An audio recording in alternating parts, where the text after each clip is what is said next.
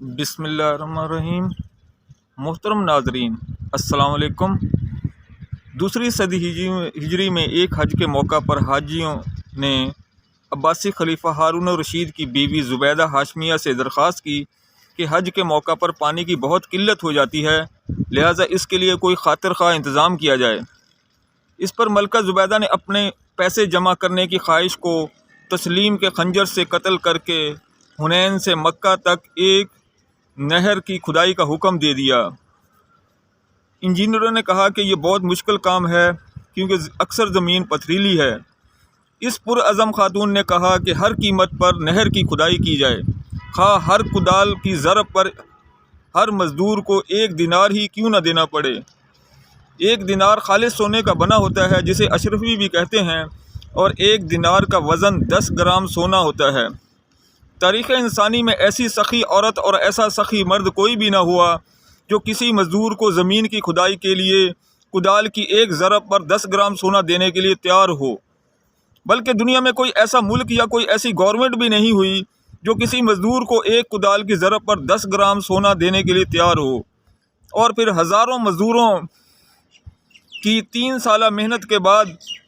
35 میل لمبی یہ نہر 1 ارب 70 کروڑ دینار کی لاگت سے تیار ہو گئی، اور جب چیف انجینئر اس کے اخراجات کی فائل لے کر بغداد پہنچا تو ملکہ زبیدہ دریائے دجلہ کے کنارے اپنے محل میں تھیں۔ ملکہ نے وہ تمام حساب کتاب والے کاغذات لیے اور انہیں کھول کر دیکھے بغیر دریا میں ڈال دیا اور کہا، الہی، میں دنیا میں اس نہر کا کوئی حساب کتاب نہیں لیتی، اور تو مجھ سے قیامت کا دن حساب کتاب نہ لینا۔ 1200 سال تک لوگوں کی پیاس بجھانے کے بعد نہر زبیدہ لوگوں کے لالچ کا شکار ہو گئی۔ پیٹرول کی دریافت کے بعد لوگوں نے اس نہر کا پانی پمپوں کے ذریعے کھینچنا شروع کر دیا اور پینے کی بجائے کاشتکاری شروع کر دی، جس سے یہ نہر خشک ہو گئی۔ نہر زبیدہ خشک ہو گئی، اس کا پانی پینے والے اس دنیا سے چلے گئے، لیکن زبیدہ رحمۃ اللہ علیہ کو آج بھی اس کا ثواب مل رہا ہے، کیونکہ یہ دنیا فنا ہے، اس کی نہریں فنا ہیں، لیکن جو کام لافانی اللہ کو راضی کرنے کے لیے کیا جائے، اس کام کے لیے کا اجر اس کو کبھی بھی فنا نہیں ہے۔ ایک طرف خلیفہ ہارون الرشید کی وہ سخی بیوی تھی، تو دوسری طرف یہ آج کی بیویاں ہیں کہ اگر اللہ تعالیٰ انہیں انسان چرند پرند کے علاج کی ساری کمائی بھی کھلا دے اور اللہ کی رضا کے لیے کسی یوٹیوب کے چینل کو اگر مردوں کے اصالہ ثواب کے لیے وقف کر دے تو انہیں تکلیف ہوتی ہے۔ جب اس کی بیوی نے اسے کہا کہ یوٹیوب کے چینل کو مردوں کے اصالہ ثواب کے لیے کیوں وقف کیا، تو اسے خلیفہ ہارون الرشید کی بیوی بہت یاد آئی، اور وہ گھر کے باہر کھلے افق کی طرف دیکھ کر بولا،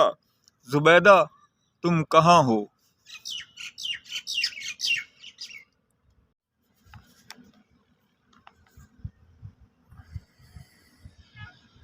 اگر کسی کو اس ثواب کا یقین نہ آئے تو اسے چاہیے کہ وہ اس دن کا انتظار کرے جس کے بارے میں اللہ تعالیٰ نے فرمایا ہے، لَقَدْ كُنْتَ فِي غَفْلَةٍ مِّنْ هَٰذَا فَكَشَفْنَا عَنْكَ غِطَاءَكَ فَبَصَرُكَ الْيَوْمَ حَدِيدٌ۔ بے شک تو آج کے دن سے اس سے قبل غفلت میں تھا، پھر آج ہم نے تمہاری آنکھوں کے پردے اٹھا دیے، آج تیری نظر لوہے کی مانند تیز ہے۔ ایک طرف خلیفہ ہارون الرشید کی وہ سخی بیوی تھی،